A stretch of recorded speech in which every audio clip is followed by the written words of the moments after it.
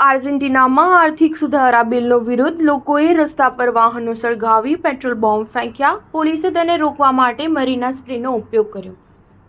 આર્જેન્ટિનામાં રાષ્ટ્રપતિ Xavier Melinda આર્થિક સુધારા બિલ સામે દેશભરમાં વિરોધ પ્રદર્શન થઈ રહ્યા છે. બુધવારે સેનેટમાં બિલ રજૂ થતાં જ રાજધાની બ્યુનસ એરેસમાં લોકો રસ્તા પર ઉતરી આવ્યા હતા.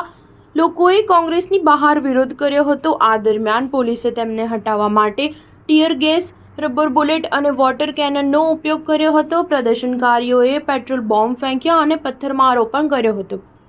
આ દરમિયાન પોલીસના વાહનમાં તોડફોડ કરી આગ ચાંપી દેવામાં આવી હતી. પ્રદર્શન દરમિયાન લોકોએ "the country is not for સેલના નારા પણ લગાવ્યા હતા.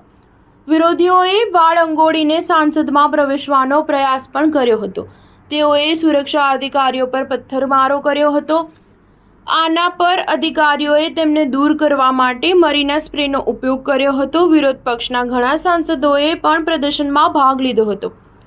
અથડામણ દરમિયાન પોલીસ કર્મીઓ સહિત 20 લોકો ઘાયલ થયા છે. પોલીસે 18 લોકોની ધરપકડ કરી હતી.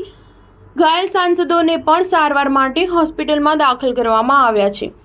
આર્જેન્ટિનાની કથળતી અર્થવ્યવસ્થાને પાટા પર લાવવા માટે જમણેરી પ્રમુખ ઝેવિયર મિલીએ સંસદમાં બિલ રજૂ કર્યું છે. આ અંતર્ગત દેશમાં આર્થિક કટોકટીની સ્થિતિ જાહેર કરવાનું કહેવામાં આવ્યું છે.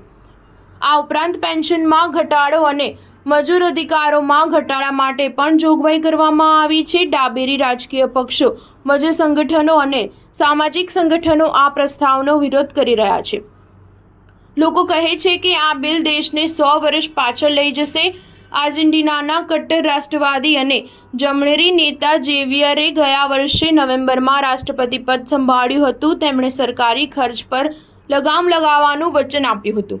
આ માટે તેઓ ચૂંટણી પ્રચાર દરમિયાન કરવત લઈને પણ પહોંચ્યા હતા. ઝેવિયરને તેના ટીકાકારો ઘણીવાર પાગલ કહે છે. સ્ટાર ન્યૂઝ 7 હંમેશા સચ્ચાઈની સાથે.